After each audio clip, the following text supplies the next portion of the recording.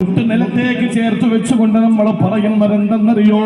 സജദ വജ്ഹിയല്ലദീ ഖലഖഹു വസവറഹു വസഖ സമഅഹു വബസറഹു ബിഹൗലിഹി വഖുവതിഹി ഫതബാറകല്ലാഹു അഹ്സനുൽ ഖാലിഖീൻ.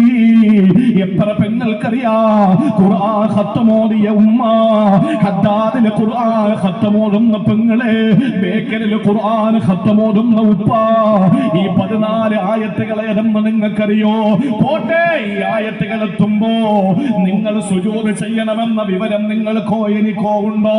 ഇനി ആ വിവരമുണ്ടെങ്കിൽ തന്നെ സുജൂദ് ചെയ്യും നമ്മുടെ കയ്യിലുണ്ടോ? ഇല്ല. പിന്നെ എന്ത് മുസ്ലിം എന്നാ നമ്മൾ പറയുന്നത്? പിന്നെ എന്ത് സുന്നി എന്നാ നമ്മൾ അവകാശപ്പെടുന്നത്?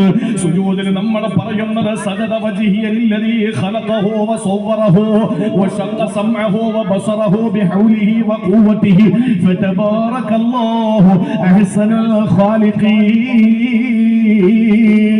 പറയുന്നത് ഇങ്ങനെയാണ്, സജദ വജ്ഹിയല്ലദീ വേർതിരിക്കുന്ന ബൗണ്ടറി ഉണ്ട്. കേരളത്തിന്റെ ബൗണ്ടറി, ഇന്ത്യയുടെ ബൗണ്ടറി ഉണ്ട്, അതുപോലെ ഏഷ്യയുടെ ബൗണ്ടറി ഉണ്ട്.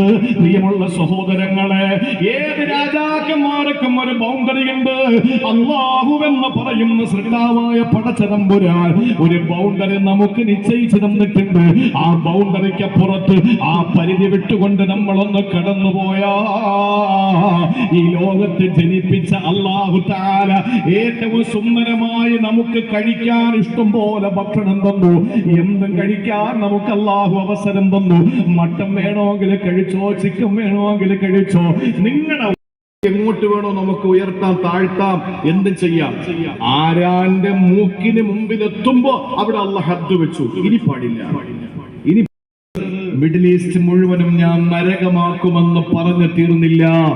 അള്ളാഹുവിന്റെ പരീക്ഷണം ലോസ് ആഞ്ചലസിൽ ഇറങ്ങുന്നു, നിന്ന് കത്തുന്നു.